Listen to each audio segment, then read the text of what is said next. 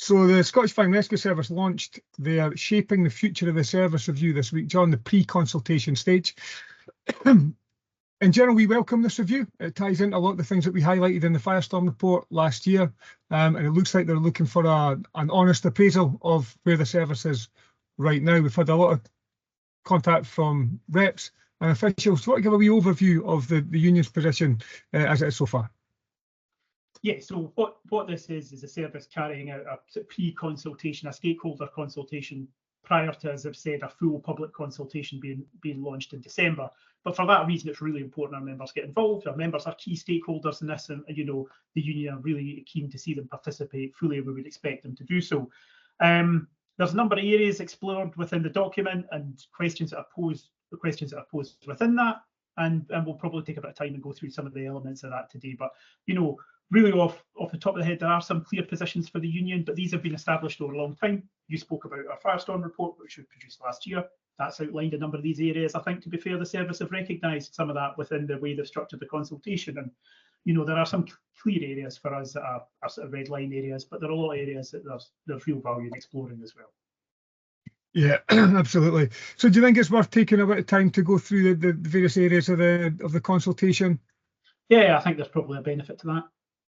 So at the start, we talk about developing the role of firefighter. This is a topic that gets raised quite a lot at the meetings that we do at branch and area and regional level. What's the position on developing the role?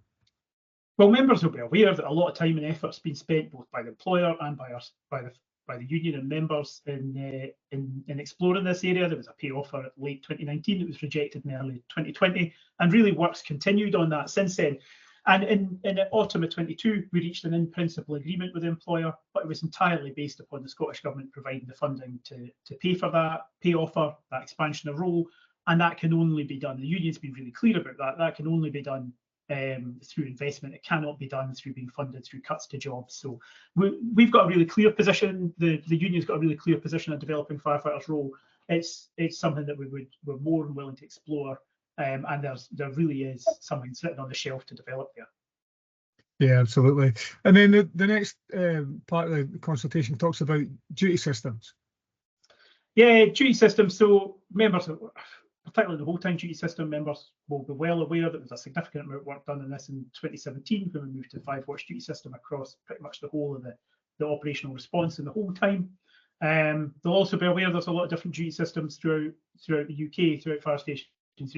This is a really key area for our members to provide feedback within. You know, this is absolutely the opportunity to do within that. And the FBU's got some pretty clear red lines in going into this discussion. You know, things we're not going to accept. We're not going to accept outcomes that lessen our members' terms and conditions. I think that would be something members would absolutely expect.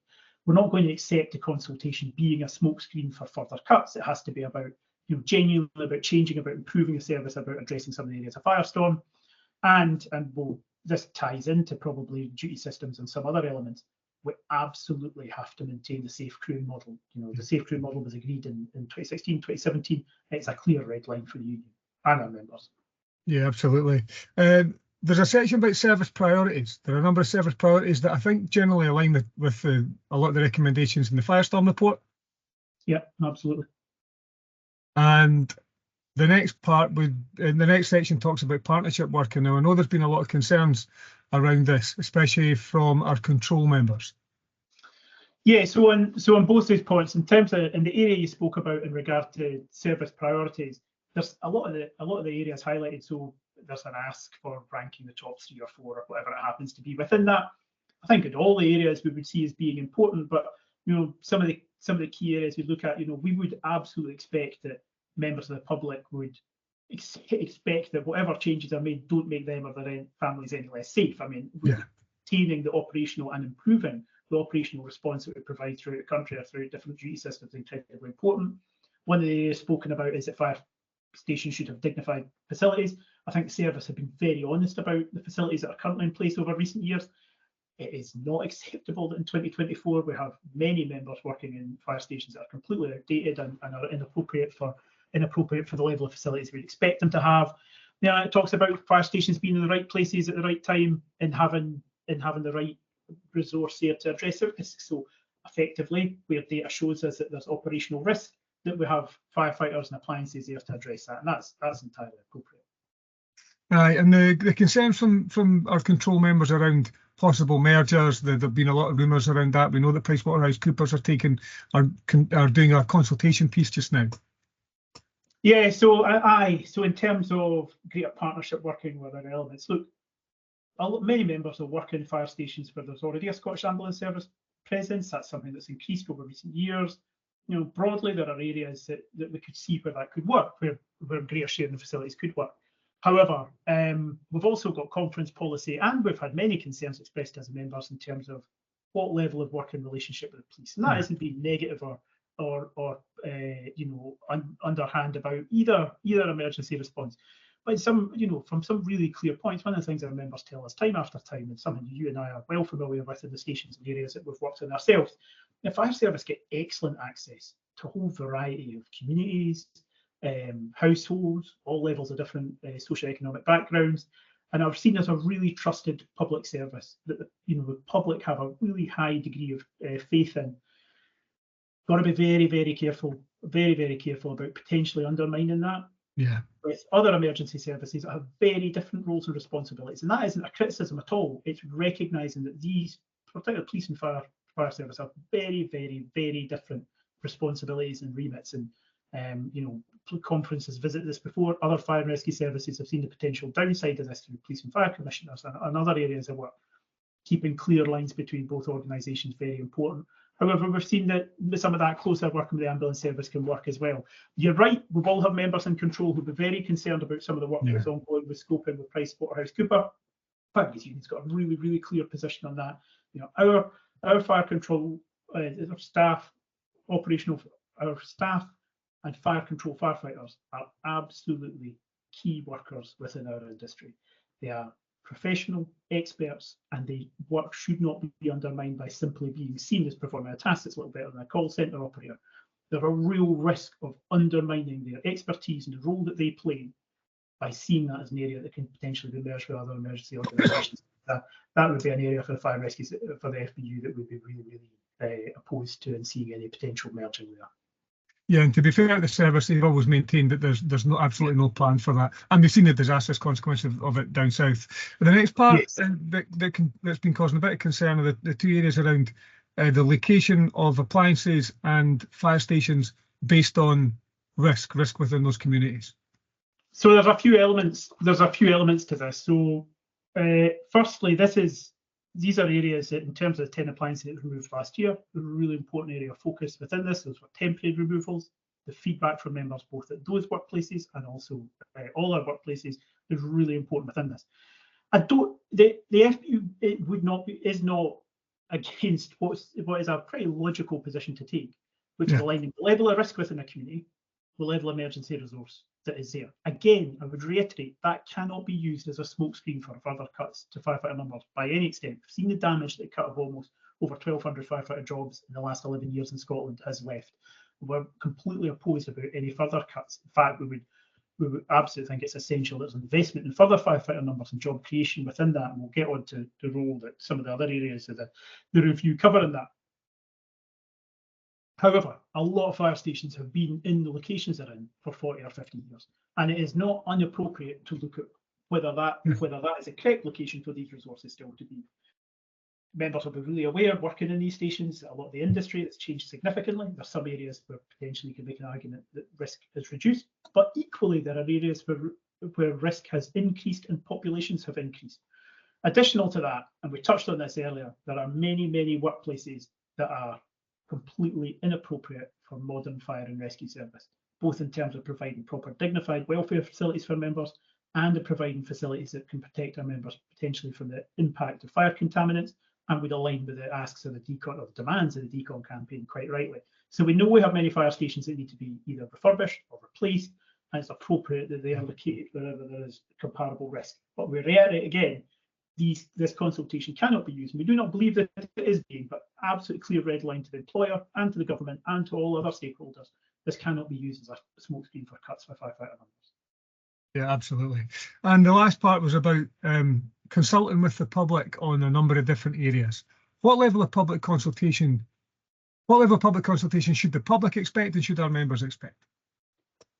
Well, there's a few areas to this. I mean, this is a pre-consultation stage. It's open to all stakeholders, so there's a whole wide variety of individuals, and some parts of the documentation show the number of people that can be engaged in this process. From our perspective, from members' perspective, who are key players within this? First and foremost, FBU members, firefighters control, working in control rooms, working in fire stations across duty systems. It is fundamental that they have a feedback. This is about the future of their service, and they have to have a voice within that. They had a loud, clear voice through Firestorm and raising all the recommendations within that. It's important to repeat that within this and fully engage in this process.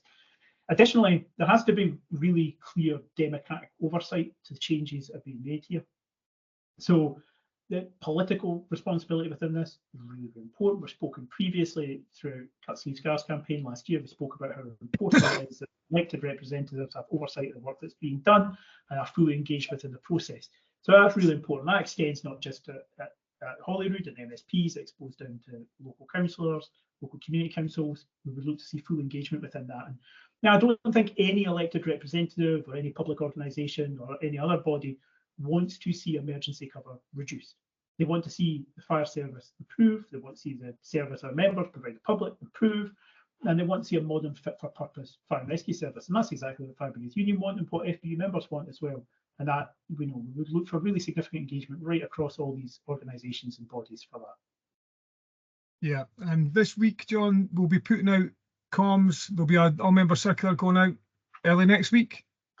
Yes, there'll be an all-member circular going out early next week. This will put materials up on YouTube. We'll share other materials around this. I think the key messages for us, and we encourage members to fully participate within this. We encourage them. I believe there's 64 public meetings going on. We would encourage members to attend these, ask questions, be inquisitive, put their views across. It's really important that they're engaged. And look, key early areas for us out of this. This isn't new to FBU members in Scotland. They have seen this through a lot of the negotiations and a lot of the campaigning that went around proposals on role development prior to 2020 nationally, and then in Scotland in 2020. They've seen a lot of this work on go throughout the Cut Sleeve Scars campaign that we did, and other work. Some of the key areas for the FBU within this, we can't be looking at reducing nighttime cover. We can't be looking at potentially having a lesser emergency response at night than we maybe do at other areas of the day. As you and I and all serving firefighters know, we don't know when emergency incidents are going to happen. We've seen many emergency incidents originate at night that require really significant use of resources, so we have to pay really careful attention to that. Can't see further reduce the firefighter numbers. I know we're banging the drum on this, but we have seen significant slippage in firefighter numbers in Scotland over the last 11 years. It's unacceptable if this ends up being a product that ends up being a product of this consultation. Again, we're not suggesting it's designed to do so, but we should be looking to bolster firefighter numbers, not reduce them. And an absolute clear red line. No, we cannot see the safe crewing model undermined. The safe crewing model is fundamental to protecting the safety of the public and the safety of our members, and it is an absolute red line for the Fire Brigades Union. Equally, there are things that our members ask for within Firestorm that we would absolutely look to be part of the thinking of this review and the public consultation at the start of the end of the year. The Scottish Government need to invest to fund role expansion. We've spoken about this as a Scottish Government ask. It has been sitting, waiting for support, political support, and that has been for almost a year and a half now. The Scottish Government needs to step up and make very clear what their intention is about role expansion. We need to see clear investment in the retained duty system. Real challenges in the retained duty system. We want to recruit, retain, staff retained appliances. There's potential changes in regard to pay that we won't get into in this video. But really invest in the retained duty system. It's imperative to keep the safety of many remote rural communities across Scotland and other communities across Scotland are retained firefighters, and they need to be shown to be valued properly, which I would argue, and the union would argue, they have not been done for many years. And we need to build properly equipped and safe fire stations. It is not appropriate that we have firefighters working stations held up by aqua props, that are completely and utterly inadequate for the demands and risks of their current job. So these are areas that we would absolutely focus on as part of this consultation. Okay, thanks very much, John, and we will be in touch with members soon. Thanks, Gus. Speak to you soon. Cheers.